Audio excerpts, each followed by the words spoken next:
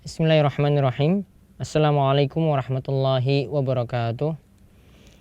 Alhamdulillahilladzi arsala rasulahu bil huda wa dinil haq liyudhhirahu 'ala dini kullihi wa kafa billahi syahida. Wa asyhadu an la ilaha illallah wahdahu la syarikalah wa asyhadu anna Muhammadan abduhu wa rasuluh. Allahumma shalli ala nabiyyina Muhammad wa ala alihi wa man tabi'ahum bi ihsanin ila yaumiddin. Kaum muslimin yang semoga selalu mendapatkan hidayah dan taufik dari Allah Subhanahu wa taala. Kita bersyukur pada Allah Subhanahu wa taala, pada pertemuan perdana ini kita akan membahas suatu kitab yang sederhana namun syarat makna di dalamnya, yaitu kitab Matan Abi Syuja yang ditulis oleh Al-Qadi Abi Syuja Ahmad bin Al-Hasan Al-Asfahani Asy-Syafi'i, di mana beliau ini adalah di antara ulama yang diberi karunia oleh Allah Subhanahu wa taala kecerdasan sekaligus juga umur panjang. Umur beliau adalah 160 tahun. Beliau lahir pada tahun 433 Hijriah, meninggal dunia pada tahun 593 Hijriah. Dan beliau menyusun kitab yang kita lihat di sini, yaitu Matan Abi Syuja, kadang juga disebut dengan Matan Al-Ghaya wa Taqrib, kadang juga disebut dengan nama Ghayatul Ikhtisar. Dan banyak sekali para ulama yang menyusun kitab syarah atau kitab penjelasan dari kitab ini. Mulai dari yang sederhana dari kitab tersebut adalah Fathul Qorib, nama lainnya juga adalah Al-Qaulul Mukhtar. Kemudian ada juga kitab Al-Iqna', dan juga ada kitab Kifayatul Akhyar yang lebih advance atau lebih memberikan penjelasan yang lebih mendalam dari kitab Matan Abi Syuja ini. Dan pertemuan-pertemuan kita pada kali ini dan selanjutnya insyaallah akan membahas kitab tersebut dengan penjelasan yang ringkas, dengan mempertimbangkan pendapat yang dipegang oleh Abu Syuja itu sendiri dan melihat beberapa dalil atau pendapat yang lebih kuat dalam masalah tersebut. Kita mulai pada kesempatan kali ini dengan pembahasan kitab Thaharah. Jadi dalam buku fikih atau dalam kitab fikih biasanya dibagi dalam berbagai macam tema atau disebut dengan kitab. Nanti di bawah kitab ini ada bab atau ada yang menggunakan istilah lainnya yaitu fasal.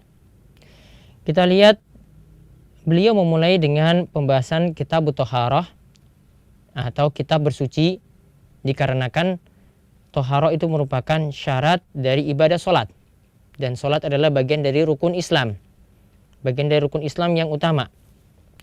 Sehingga karena Thaharah ini adalah syarat dari ibadah sholat, maka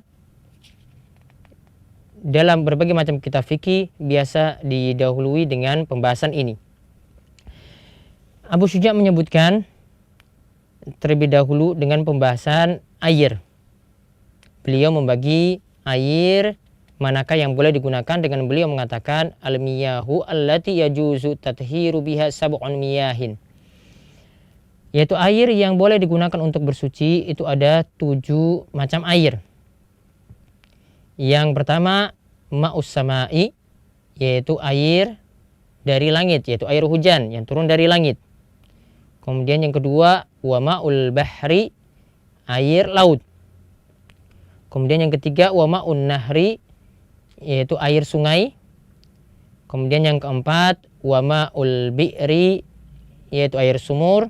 Wa ma'ul aini, yang berikutnya yaitu mata air. Kemudian wa ma'ul thalji, yang keenam yaitu air salju. Dan yang terakhir wa ma'ul baradi, yaitu air dingin. Kesemua pembagian air ini atau penyebutan air yang beliau sebutkan ini dimaksudkan untuk menyebutkan ya istilah air yang turun dari langit atau air yang keluar dari muka bumi. Ya, jadi segala macam air yang turun dari langit dan segala macam air yang keluar dari dalam bumi. Nah, itulah tadi contoh-contohnya. Jadi tidak terbatas dalam air-air yang telah disebutkan tadi. Kemudian beliau membagi air selanjutnya menjadi 4 macam. Di sini dilihat dari sisi air tersebut itu suci ataukah tidak, dan dari sisi apakah air tersebut itu boleh digunakan ataukah tidak. Beliau mengatakan bahwasanya tsummal miyahu allati arba'ata aqsam, kemudian air itu dibagi menjadi 4 macam. Yang pertama, tahirun, mutahhirun, ghairu makruhin, yaitu air yang suci dan dapat mensucikan yang lainnya, ghairu makruh dan tidak makruh untuk digunakan. Lalu beliau katakan wa huwal ma'ul mutlaq, dan air ini adalah yang disebut dengan air mutlak. Jadi air yang pertama ini itu adalah air yang suci, yaitu suci dari sisi air itu sendiri, dari sisi zatnya. Dari sisi zatnya air tersebut itu suci. Ya, jadi bukan najis. Kemudian dari sisi bolehkah digunakan untuk mensucikan yang lainnya, beliau sebutkan dengan istilah mutahhirun, yaitu air ini bisa digunakan untuk mensucikan yang lainnya. Artinya kita bisa menggunakannya untuk berwudu ataupun untuk mandi. Kemudian ghairu makruh, dan air ini tidak makruh untuk digunakan. Dan inilah yang beliau istilahkan tadi dengan air mutlak. Ini mencakup ya segala macam air yang telah disebutkan tadi, yang 7 macam tadi ya, yang tidak keluar dari yang disebut air, tidak keluar dari namanya air. Maka kalau airnya kita masih sebut dengan namanya itu sendiri, misalnya air sumur atau air sungai atau air laut ya, atau mata air, maka air tersebutlah yang disebut dengan air mutlak. Air tersebut itu berarti suci dan bisa digunakan untuk mensucikan yang lainnya, tidak makruh untuk digunakan. Itu yang pertama dalam pembagian air. Kemudian yang kedua, beliau sebut dengan tahirun mutahhirun makruh, yaitu airnya itu adalah suci. Artinya suci dilihat dari air itu sendiri, dari sisi zatnya. Kemudian mutahhirun, ya mensucikan yang lainnya, dapat mensucikan yang lainnya. Artinya bisa kita gunakan untuk bersuci ya, bisa berwudu maupun untuk mandi. Namun di sini beliau katakan makruh isti'maluhu, yaitu makruh digunakan. Jadi air ini sebaiknya tidak digunakan menurut Al-Qadi Abu Syuja.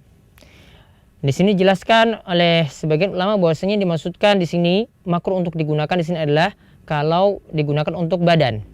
Jadi kalau kita mandi ya, atau termasuk juga ketika kita berwudu ya, digunakan untuk mandi tadi, maka ini makruh untuk digunakan. Namun tidak makruh ketika digunakan untuk mencuci pakaian misalnya. Namun pendapat ini yang mengatakan bahwasanya air ini ya, air yang kedua di sini, ini beliau contohkan terlebih dahulu, yang dimaksudkan di sini adalah wa huwal ma'ul musyammas, yaitu air yang terkena terik matahari. Air yang terkena terik matahari di sini ini ketika disimpan di bejana yang mampu menyerap panas. Namun kalau disimpan di bejana yang tidak menyerap panas, ya tidak menyerap panas, artinya airnya tetap dalam keadaan seperti suhu normal atau suhu dingin, maka air tersebut tidak masalah digunakan ketika terkena terik matahari. Jadi yang dimaksudkan di sini al-ma'ul musyammas sebagai contoh yang beliau sebutkan, yaitu air yang terkena terik matahari ini ketika disimpan di bejana atau disimpan di wadah atau tempat yang mudah menyerap panas. Namun pendapat ini yang mengatakan bahwasanya air musyammas di sini makruh digunakan, ini terdapat perselisihan juga dalam mazhab Syafi'i itu sendiri. Seperti Imam Nawawi itu lebih memilih pendapat tidak makruhnya air musyammas itu digunakan ya, digunakan untuk bersuci. Ya, jadi Imam Nawawi berpendapat tidak makruhnya hal ini. Kemudian air yang ketiga kata Abu Syuja, ya air ketiga kata Abu Syuja yang beliau bagi dalam pembagian air ini adalah beliau sebut dengan tahirun ghairu mutahhir, yaitu airnya itu suci namun tidak bisa mensucikan yang lainnya. Jadi airnya dilihat dari sisi zatnya itu suci. Ya, dari sisi zatnya itu suci. Artinya kita boleh menyentuhnya. Ya. Namun boleh nggak digunakan untuk berwudu? Boleh nggak kita gunakan untuk mandi? Di sini beliau katakan ghairu mutahhir, tidak boleh digunakan untuk tujuan tersebut. Nah, di sini beliau contohkan yang termasuk dalam air jenis ketiga ini adalah wahwal ma'ul musta'mal, yaitu air yang digunakan setelah mensucikan hadas, atau contohnya adalah air musta'mal, ini air bekas wudu. Ya, air bekas wudu ini yang dimaksudkan dalam air pembagian jenis ketiga ini. Dan beliau juga contohkan lagi adalah air wal mutaghayyiru bima khalatahu minat tahirat, yaitu air yang berubah karena bercampur dengan benda suci. Jadi kalau airnya itu berubah karena bercampur dengan benda suci, misalnya kita punya air sumur tadi, kita taruh di ember air sumur tersebut, kemudian kita campur dengan sabun. Ini sabun ini kita gunakan, air sabun ini kita gunakan untuk mencuci pakaian misalnya. Maka air ini, ya kata Abu Syuja tadi, ya air ini termasuk jenis airnya itu suci. Jadi air sabun itu suci, artinya boleh kita sentuh. Namun tidak bisa digunakan untuk bersuci, artinya tidak bisa kita gunakan untuk wudhu, ya tidak bisa kita gunakan untuk mandi. Jadi air sabun tadi, setelah kita campurkan air sumur tadi dan sabun, maka tidak bisa kita gunakan untuk tujuan bersuci. Nah, adapun untuk air musta'mal itu sendiri, ya, kalau dalam pendapat yang lebih kuat tentang hal ini, tentang air bekas wudu, apakah boleh kita gunakan untuk bersuci ataukah tidak, pendapat yang lebih kuat dalam masalah ini adalah air musta'mal, air bekas bersuci atau bekas wudu ataupun bekas mandi, itu tetap masih boleh digunakan untuk ya bersuci. Artinya boleh kita gunakan air tersebut untuk berwudu ataupun untuk mandi. Inilah pendapat yang lebih kuat dari pendapat ulama yang ada. Berbeda dalam pendapat yang dipegang oleh mazhab Syafi'i dan juga mazhab Hambali. Kemudian air yang terakhir yang beliau bagi adalah air najis, ma'un najisun, yaitu beliau sebutkan yang dimasukkan dengan air najis di sini adalah, beliau sebutkan di sini wa huwal ladzi halat fihi najasah, yaitu air yang kecampuran najis, ya air yang kecampuran najis, wa huwa dunal qulataini, dan air tersebut di bawah 2 kullah. Dan air tersebut di bawah 2 kullah. Jadi yang pembagian yang keempat di sini air najis, artinya airnya itu tidak suci dan berarti tidak boleh kita gunakan untuk mensucikan yang lainnya, artinya tidak bisa kita gunakan untuk berwudu dan juga tidak bisa kita gunakan untuk mandi. Dan di sini beliau sebutkan bahwasanya air ini kecampuran najis. Jadi misalnya air sumur. Maka air sumur ini ketika kemasukan kencing misalnya dan itu di bawah 2 kula air tersebut, maka air tersebut dihukumi najis. Apa yang dimasukkan dengan 2 kula? Para ulama berselisih dalam memperkirakan ukuran 2 kula ini.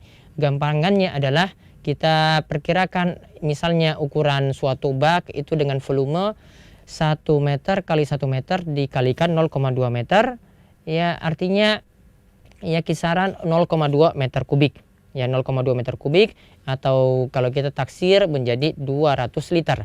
Jadi ada ulama yang katakan 230 liter, ya pokoknya ukuran sekitar itu, jadi sekitar 200-an liter. Maka air yang seperti ini, ya air seperti ini artinya air yang di bawah 2 kullah, artinya air yang di bawah 200 liter, misalnya airnya cuma 10 liter. Lalu kecampuran najis, terserah. Jadi menurut mazhab Syafi'i terserah air tersebut berubah ataukah tidak, karena kecampuran najis tadi, maka air tersebut dikatakan najis. Ya, air tersebut itu dikatakan najis. Namun kalau air tersebut ya air tersebut itu lebih daripada 2 kullah, ya lebih daripada 2 kullah, maka beliau katakan aukana kulataini fataghayyar. Kalau untuk air di atas 2 kullah artinya di atas 200 liter, maka dihukumi najis ketika air tersebut itu taghayyar, artinya ketika air tersebut itu berubah menjadi ya berubah bau, rasa ataupun warnanya ketika kecampuran najis tadi. Jadi dalam mazhab Syafi'i sekali lagi kesimpulannya, untuk ukuran air yang kemasukan najis tadi mereka pakai standar 2 kullah. Jadi standar 2 kullah ini jadi ukuran banyak atau tidaknya. Jadi kalau air itu kurang dari 2 kullah berarti itu dianggap air tersebut itu sedikit. Maka ketika kecampuran najis, misalnya tadi kemasukan kencing, ya walaupun cuma 1 tetes saja airnya itu di bawah 2 kullah, maka air itu tersebut dengan sendirinya dihukumi najis. Namun kalau airnya itu kurang dari 2 kullah, maka dilihat apakah air tersebut itu berubah ataukah tidak. Adapun ukuran 2 kullah yang dikatakan oleh Abu Syuja di sini, wal kulatani khamsumi ritlin bil Baghdadi takriban alal asah, yang dimaksudkan dengan air 2 kullah itu adalah air yang kisarannya adalah 500 ritl, bukan liter ya, tapi di sini ritl. Bil Baghdadi dengan ukuran Baghdad, itu menurut perkiraan inilah pendapat yang lebih kuat ya dari pendapat ulama mazhab Syafi'i yang ada. Nah, tentang air 2 kullah tadi ya, ini masalahnya untuk air yang kurang dari 2 kullah. Kalau tadi air yang lebih dari 2 kullah, ya dia menjadi najis ketika dia itu berubah bau, rasa ataupun warnanya. Namun sekarang yang jadi permasalahan di sini untuk air yang kurang dari 2 kullah, maka di sini para ulama berselisih pendapat apakah air tersebut ketika kemasukan najis itu menjadi berubah menjadi dihukumi najis ataukah tidak. Para ulama berselisih pendapat. Pendapat yang lebih tepat dalam masalah ini adalah air tersebut tetap dihukumi suci ya selama air tersebut tidak berubah bau ataupun rasa ataupun warnanya ketika kemasukan najis. Jadi asalnya kalau tidak berubah tetap dihukumi seperti hukum asalnya, yaitu air tersebut dihukumi suci. Karena Nabi SAW itu bersabda, al-ma'u tahurun la yunajjisu syai'un, air itu suci dan tidak ada yang bisa menajiskannya, yang tidak bisa menajiskannya. Adapun pemahaman dalil dari hadis idza kana al-ma'u qullataini lam yahmilul khabath, jika air itu telah mencapai 2 kullah maka tidak ada yang bisa menajiskannya, ya. Maka yang dipahami dengan hadis ini adalah ya kita tetap kembali pada dalil tadi, yaitu ketika air tersebut itu berubah ketika kemasukan najis, ya maka air tersebut dihukumi najis. Kalau tidak berubah maka tidak dihukumi najis. Jadi tidak kita ambil mafhumnya atau kebalikannya.